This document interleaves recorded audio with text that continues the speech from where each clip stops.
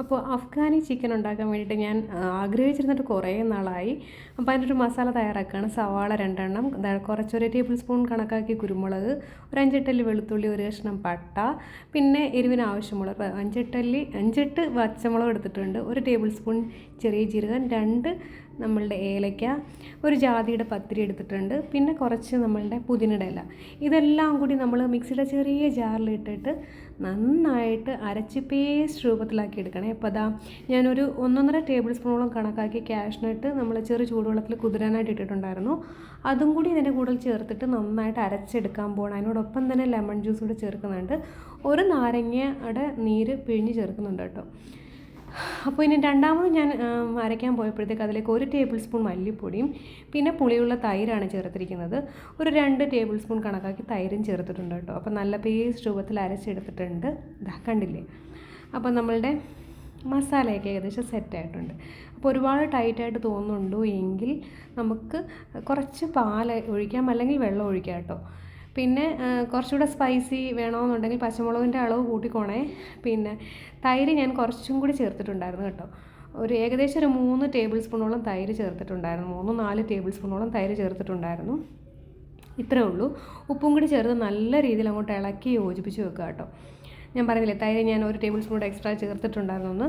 ഇത് ഫ്രഷ് ക്രീമാണ്, ഫ്രഷ് ക്രീമും ചേർക്കുന്നുണ്ട്. ഏകദേശം ഒരു 2 ടേബിൾ സ്പൂൺ കണക്കാക്കി ഫ്രഷ് ക്രീമും കൂടി ചേർത്തിട്ട് നല്ല രീതിയിലൊന്ന് മിക്സ് ചെയ്ത് വെക്കുന്നുണ്ട് കേട്ടോ.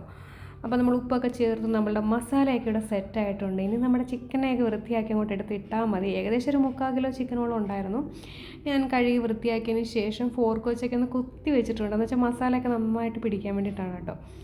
അപ്പോൾ അതിനകത്തോട്ട് നമുക്ക് വെച്ചിട്ട് ഇത് ചേർത്തിരിക്കുന്ന ബട്ടറാണ് കേട്ടോ, മെൽറ്റ് ചെയ്തിരിക്കുന്ന ബട്ടർ ചേർത്തിട്ടുണ്ട്.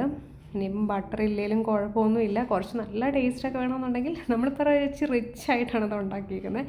ഇത് കസൂരി മെത്തിയാണ്, ഇത് ഞാൻ പറഞ്ഞിട്ടുള്ളതാണ്. ഉലുവയുടെ ഇല ഉണങ്ങി വരുന്നതാണ്, സൂപ്പർ മാർക്കറ്റിലൊക്കെ കിട്ടും.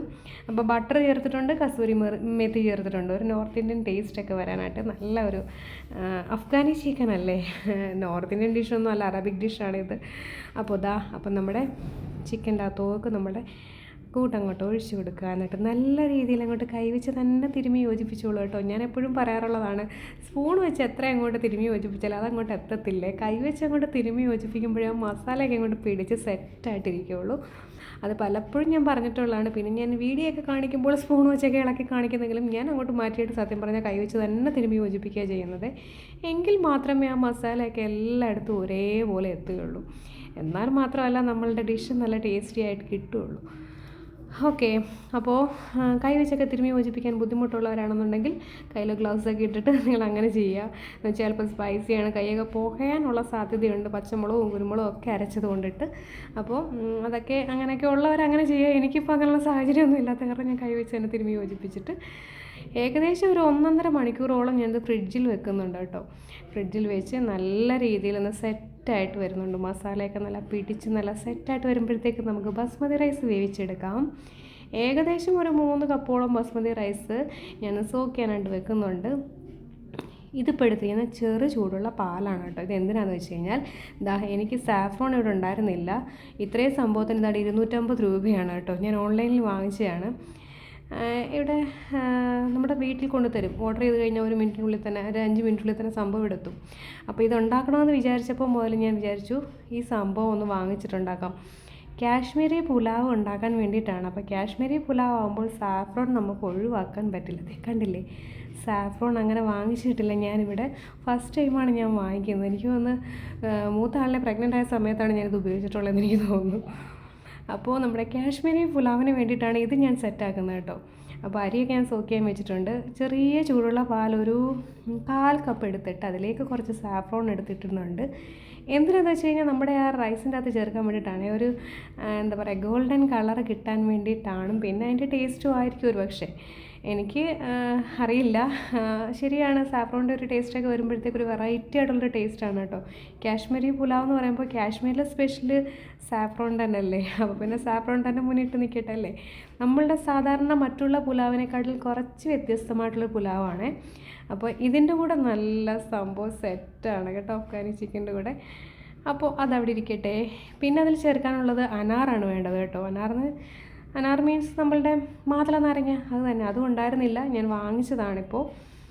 പിന്നെ പൈനാപ്പിൾ, അത് നീ കട്ട് ചെയ്ത് വരുന്നുണ്ടായിരുന്നു കേട്ടോ പാക്കറ്റിൽ, അല്ലാതെ ഒരെണ്ണമായിട്ട് വാങ്ങിച്ചാൽ. ഇതെല്ലാം ഞാനിപ്പോൾ ഓൺലൈനിൽ വാങ്ങിച്ചതാണ്. എനിക്ക് ഈ പുലാവ് കണ്ടപ്പോൾ ഉണ്ടാക്കണമെന്ന് തോന്നി. അപ്പോൾ പിന്നെ ഇത്രയും സാധനങ്ങൾ എൻ്റെ കയ്യിൽ ഉണ്ടായിരുന്നില്ല. ഇതെല്ലാം ഞാൻ തന്നെ ഫ്രഷായിട്ട് കട്ട് ചെയ്ത് വരുന്നതാണ്. അപ്പോൾ ഇതെല്ലാം കട്ട് ചെയ്ത് പീസാക്കി വന്നിട്ടുണ്ട്. ഇതെല്ലാം ഒന്ന് വൃത്തിയാക്കി എടുത്താൽ മാത്രം മതി. എല്ലാം വൃത്തിയായിട്ടാണ് വന്നിരിക്കുന്നത്, എന്നാലും ചെറിയ ചെറിയ പീസാക്കി ഞാൻ വീണ്ടും മുറിക്കുന്നുണ്ട് കേട്ടോ. അപ്പോൾ നമ്മുടെ പൈനാപ്പിളൊക്കെ ഞാൻ ചെറുതായിട്ട് കട്ട് ചെയ്ത് വെക്കുന്നുണ്ട്.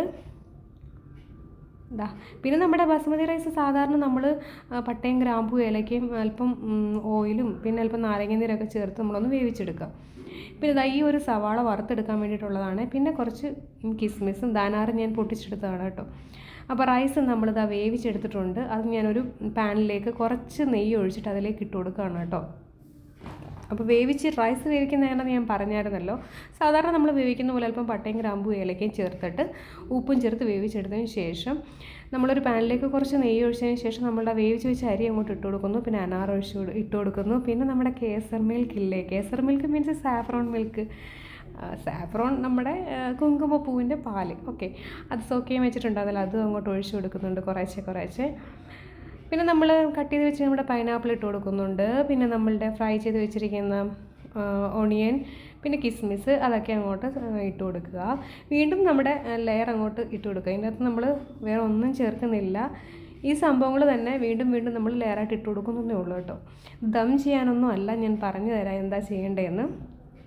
ഇത് വീണ്ടും നമ്മൾ സാഫ്രോൺ മിൽക്ക് ഒഴിച്ച് കൊടുക്കുന്നു. നമ്മൾ നേരത്തെ ചെയ്ത പോലെ അതേ രീതിയിൽ തന്നെ വീണ്ടും റിപ്പീറ്റ് ചെയ്യുക. അനാർ ഇട്ട് കൊടുക്കുക. സത്യം പറഞ്ഞാൽ അനാർ എനിക്കൊന്ന് ലാസ്റ്റ് ഇടുന്നതായിരിക്കും നല്ല. ആ ഒരു കളറ് കിട്ടണമെന്നുണ്ടെങ്കിൽ നിങ്ങൾ ലാസ്റ്റ് ഇറക്കുന്നതിന് മുൻപായിട്ട് മാത്രമേ അനാർ ഇടാവുള്ളൂ. ഇത് നമ്മൾ സ്റ്റീം ചെയ്യുമ്പോഴത്തേക്ക് അനാറിൻ്റെ കളറങ്ങ് മാറും. എനിക്ക് പറ്റിയ അബദ്ധം അങ്ങനെയാണ്. നമ്മളിത് ഒന്ന് ആവി കയറ്റുമ്പോഴത്തേക്ക് അതിൻ്റെ കളറങ്ങ് പോകും, എന്ന് വെച്ചാൽ സ്റ്റീം കയറില്ലേ.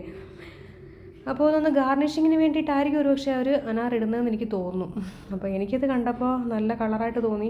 ഞാൻ പക്ഷേ അത് സ്റ്റീം ചെയ്തപ്പോൾ കളറില്ല. പിന്നെ ഞാൻ കുറച്ച് എക്സ്ട്രാ ചേർത്തിട്ടാണ് ഒന്ന് വീഡിയോ എടുത്തത്. അപ്പോൾ അതവിടെ ഇരുന്ന് ഒന്ന് ചെറിയ തീയിലൊന്ന് ആവി കയറി വരട്ടെ. അപ്പോഴത്തേക്ക് നമ്മുടെ ചിക്കനൊക്കെ ഒന്ന് വറുത്തെടുക്കാം. അപ്പോൾ സോക്ക് ചെയ്യാൻ നമ്മൾ മാരിനേറ്റ് ചെയ്യാൻ വെച്ചിട്ട് കുറേ സമയമായിട്ടുണ്ടായിരുന്നു, 1 മണിക്കൂർ കൂടുതലായി. ഇനി ഇതല്പം ബട്ടറും ഓയിലും കൂടെ ഒഴിച്ചൊരു പാനിലേക്ക് നമ്മൾ ചിക്കൻ ഓരോരോ പീസ് ഇട്ടിട്ട് വറുത്തെടുക്കുക. ഓക്കെ, ഫ്രൈ ചെയ്തെടുക്കുക. അപ്പോൾ രണ്ടും ഒരേ രീതിയിൽ നടക്കുന്നുണ്ട്. ഒരു സൈഡിൽ നമ്മളുടെ ചോറ് ഒന്ന് ചൂടായി വരട്ടെ, അടുത്ത പാനിൽ നമ്മളുടെ ചിക്കൻ ഫ്രൈ ആയിട്ട് വരട്ടെ. അപ്പോൾ ഇതെല്ലാം ഒന്ന് ചൂടായിട്ടുണ്ട്. ഇനിയൊന്നുമില്ല, അന്ന് ഇളക്കി അങ്ങോട്ട് യോജിപ്പിക്കാമെന്ന് മാത്രമേ ഉള്ളൂ കേട്ടോ. അപ്പോൾ നമ്മുടെ കാശ്മീരി പുലാവ് ഇവിടെ റെഡി ആയിട്ടുണ്ട്. കണ്ടില്ലേ, നല്ല ആവി പറക്കുന്ന നല്ല അടിപൊളി ടേസ്റ്റാണ് കേട്ടോ. ഞാനീ പറഞ്ഞ പോലെ നിങ്ങൾ ഈ അനാർ ലാസ്റ്റ് ചേർത്താൽ മതി. ഞാൻ സത്യം പറഞ്ഞാൽ ഇത് ലെയർ ചെയ്തപ്പോൾ അതിൽ അനാർ ചേർത്തു. അങ്ങനെ ചേർക്കുന്നതിനും ഭേദം നമ്മൾ ലാസ്റ്റ് ചേർക്കുന്നതാണ്. അപ്പോൾ ഫസ്റ്റ് ടൈമാണ് ഞാൻ ഇങ്ങനെ ഒരു പുലാവ് ഉണ്ടാക്കുന്നതും ട്രൈ ചെയ്യുന്നത്. അടിപൊളി ടേസ്റ്റ് എന്ന് വെച്ച് കഴിഞ്ഞിട്ടുണ്ടല്ലോ, അത് രണ്ടിൻ്റെയും കൂടെ ഒരു കോംബോ എന്ന് പറഞ്ഞാൽ ഞാനൊരു റെസ്റ്റോറൻറ്റിൽ പോലും കഴിച്ചിട്ടില്ല. എന്നാൽ വെറുതെ ഇങ്ങനെ വാചകം അടിക്കുകയല്ല, സത്യം പറഞ്ഞാൽ നമ്മളത് ഉണ്ടാക്കി നോക്കി നമ്മൾ തന്നെ എന്താ പറയുക കഴിച്ച് നോക്കിയിട്ട് ഒരു ടേസ്റ്റ് ഒന്ന് പറയുമ്പോൾ ഉണ്ടല്ലോ ഒരു ഭയങ്കര സന്തോഷം തോന്നുന്നുണ്ട്. അത് നിങ്ങൾക്കിട്ട് ഷെയർ ചെയ്ത് വരുമ്പോഴത്തേക്ക് സത്യം പറഞ്ഞാൽ ഭയങ്കര സന്തോഷം. എന്ന് വെച്ച് കഴിഞ്ഞാൽ ഇങ്ങനൊരു റെസിപ്പി എനിക്ക് കണ്ടുപിടിക്കാൻ പറ്റിയല്ലോ എന്നുള്ള വിധത്തിൽ സന്തോഷം. അതാ നമ്മുടെ കാശ്മീരി പുലാവ് റെഡി ആയിട്ടുണ്ട്. നമ്മുടെ ചിക്കനെല്ലാം ഫ്രൈ ചെയ്ത് വെച്ചിട്ടുണ്ട് കേട്ടോ. അപ്പോൾ നമ്മുടെ അഫ്ഗാനി ചിക്കൻ റെഡി ആയിട്ടില്ല, അതിൻ്റെ ഒരു സൈഡ് കഴിഞ്ഞതേ ഉള്ളൂ. അടുത്തത് ബാക്കി വന്ന നമ്മളുടെ ഗ്രേവി ഇല്ലേ, അതിലേക്ക് കുറച്ച് ഞാൻ വെള്ളം ഒഴിച്ചിട്ടുണ്ടായിരുന്നു. എന്നിട്ട് വീണ്ടും ഒരു പാൻ അടുപ്പത്ത് വെച്ചിട്ട് കുറച്ച് ബട്ടർ ചൂടാക്കുന്നുണ്ട്.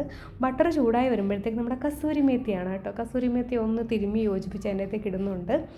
എന്നിട്ട് ഒന്ന് ചൂടായി വരുമ്പോഴത്തേക്ക് നമ്മൾ ആ വെള്ളം ഒഴിച്ച് വെള്ളം അല്ലെങ്കിൽ പാൽ ഉപയോഗിക്കുക കേട്ടോ. നമ്മൾ ആ ചിക്കൻ മാരിനേറ്റ് ചെയ്ത് വെച്ചിരുന്ന ആ ഒരു ഗ്രേവി ഇല്ലേ, അത് അതിലേക്ക് ഒഴിക്കുകയാണ്. ജസ്റ്റ് ഒന്ന് ചൂടായിക്കൊള്ളട്ടെ. എന്നിട്ട് അതിലേക്ക് നമ്മൾ ഫ്രൈ ചെയ്ത് വെച്ചിരിക്കുക നമ്മുടെ ചിക്കൻ അങ്ങോട്ട് പെറുക്കിയിട്ട് കൊടുക്കുക കേട്ടോ. അപ്പോൾ ഏകദേശം ആയിട്ടുണ്ട്. ഇനി ഇതൊന്ന് ചൂടായി വരണം, അത്രയേ ഉള്ളൂ. സംഭവം സെറ്റ്. നല്ല ടേസ്റ്റി ആൻഡ് സ്പൈസി. നമ്മൾ പറയും ഈ വെളുത്തിരിക്കുന്നതുകൊണ്ട് എന്താ ടേസ്റ്റ് ഒന്നുമില്ല അല്ലെങ്കിൽ എന്താ എരിവില്ലാത്തൊക്കെ ആയിരിക്കുന്നു, പക്ഷെ നല്ല സ്പൈസിയാണ്. പച്ചമുളകിൻ്റെ ഞാൻ പറഞ്ഞല്ലോ, പച്ചമുളകും നമ്മൾ കുരുമുളകും ചേർത്തിട്ടുള്ളത് കാരണം നല്ല സ്പൈസിയാണ്, ഭയങ്കര ടേസ്റ്റാണ് കേട്ടോ. എനിക്ക് തോന്നുന്നു ആ ഒരു പുലാവിൻ്റെ കൂടെ സംഭവം സെറ്റാണ്, അടിപൊളി. നമ്മുടെ സാധാരണ ചോറിനേക്കാട്ടിൽ നല്ലത് ഈ ഒരു പുലാവ് വെക്കുന്നത് തന്നെയാണ് കേട്ടോ. ഇങ്ങനെ തന്നെ ഇപ്പോൾ സാഫ്രോൺ ഒന്നും ഇല്ലെന്നുണ്ടെങ്കിൽ ഒക്കെ നിങ്ങൾ വേറെ ഏതെങ്കിലും മെത്തേഡിൽ പുലാവ് തന്നെ യൂസ് ചെയ്യുക ഇതിൻ്റെ കൂടെ. അപ്പോൾ അപ്പോൾ സെർവ് ചെയ്യുമ്പോൾ നിങ്ങൾ പുലാവ് തന്നെ ഉണ്ടാക്കിയിട്ട് സെർവ് ചെയ്യുക. അഫ്ഗാനി ചിക്കൻ ഉണ്ടാക്കുന്ന സമയത്ത് കുറച്ച് ഫ്രഷ് ക്രീമും കൂടെ ഒഴിച്ച് കൊടുക്കുന്നുണ്ട്. ഞാൻ സത്യം പറഞ്ഞാൽ ഈ ഫ്രഷ് ക്രീം വാങ്ങിച്ച് വെച്ചാൽ വേറൊരു റെസിപ്പി ഉണ്ടാക്കാൻ വേണ്ടിയിട്ടായിരുന്നു. പക്ഷേ ഞാൻ മനസ്സിൽ പോലും വിചാരിക്കാത്ത സംഭവമാണ് ഇപ്പോൾ ഞാൻ ഉണ്ടാക്കിയിരിക്കുന്നത്. ഇത് കുറേ നാൾ കൊണ്ടിട്ട് എൻ്റെ മനസ്സിലിങ്ങനെ കൊണ്ട് നടക്കുന്നതാണ്. ഇവിടെ എപ്പോഴും അഫ്ഗാനി ചിക്കൻ ഞങ്ങൾ ഓർഡർ ചെയ്ത് കഴിച്ചിട്ടുണ്ടായിരുന്നു. അന്ന് മുതലേ ഞാൻ വിചാരിക്കുന്നതാണ് ഈ അഫ്ഗാനി ചിക്കൻ ഒന്ന് ഉണ്ടാക്കണമെന്ന്. പക്ഷേ എനിക്ക് ഇപ്പോഴാണ് പറ്റിയത്. എല്ലാം കൂടി സംഭവം സെറ്റായി, ഒരുമിച്ച് എല്ലാം കൂടി സെറ്റായിട്ട് വന്നിട്ടുണ്ടായിരുന്നു. കുറച്ച് സമയം എടുത്തിട്ടാണെങ്കിലും ഞാനത് രണ്ടും കൂടെ ഉണ്ടാക്കിയപ്പോൾ ഉണ്ടല്ലോ ഭയങ്കര സന്തോഷം. അപ്പോൾ അതാ നമ്മുടെ അഫ്ഗാനി ചിക്കനും റെഡി ആയിട്ടുണ്ട്, നമ്മുടെ കാശ്മീരി പുലാവും റെഡി ആയിട്ടുണ്ട്. കണ്ടില്ലേ? എല്ലാവരും ഒന്ന് ട്രൈ ചെയ്ത് നോക്കണേ. ഞാൻ പറഞ്ഞില്ലേ ആ ഒരു നമ്മുടെ അനാറ് ലാസ്റ്റ് ഇടുമ്പോൾ ആ കളർ നന്നായിട്ട് കിട്ടും. ഇത് കാണാൻ ഭംഗിയും പക്ഷെ കഴിക്കാൻ അതിലേറെ എന്താ പറയുക, അതൊക്കെ കഴിച്ച് ചില കാര്യങ്ങളൊക്കെ ഞാൻ പലപ്പോഴും പറഞ്ഞിട്ടുള്ളതാണ്. നമ്മളത് രുചിച്ച് നോക്കി അല്ലെങ്കിൽ അനുഭവിച്ചറിഞ്ഞാൽ മാത്രമേ നമുക്ക് എന്താ പറയുക അറിയാൻ പറ്റുള്ളൂ. എത്ര പറഞ്ഞാലും മനസ്സിലാക്കി കൊടുക്കാൻ പറ്റത്തില്ല ഒരാൾക്ക്, അല്ലേ? അതേപോലെയാണ്. അപ്പം നമ്മുടെ കാശ്മീരി പുലാവും അഫ്ഗാനി ചിക്കനോട് റെഡി ആയിട്ടുണ്ട്. ഞാൻ ടേസ്റ്റ് ചെയ്ത് കാണിച്ചു തരാം കേട്ടോ. എല്ലാവരും പറയാറുണ്ട് ഉണ്ടാക്കുക മാത്രം പോരാ, ടേസ്റ്റും ചെയ്യണമെന്നേ. അപ്പോൾ ഒന്ന് ടേസ്റ്റ് ചെയ്യട്ടെ. ഗ്രേവി നല്ല ചൂടാണ്. സംഭവം ഈ സാഫ്രോണൊക്കെ ചേർത്തുകൊണ്ടുണ്ടല്ലോ ഭയങ്കര ടേസ്റ്റാണ്. നോക്കട്ടെ.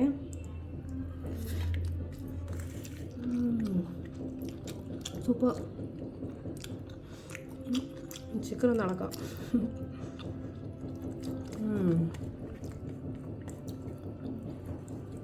സംഭവം സെറ്റ്.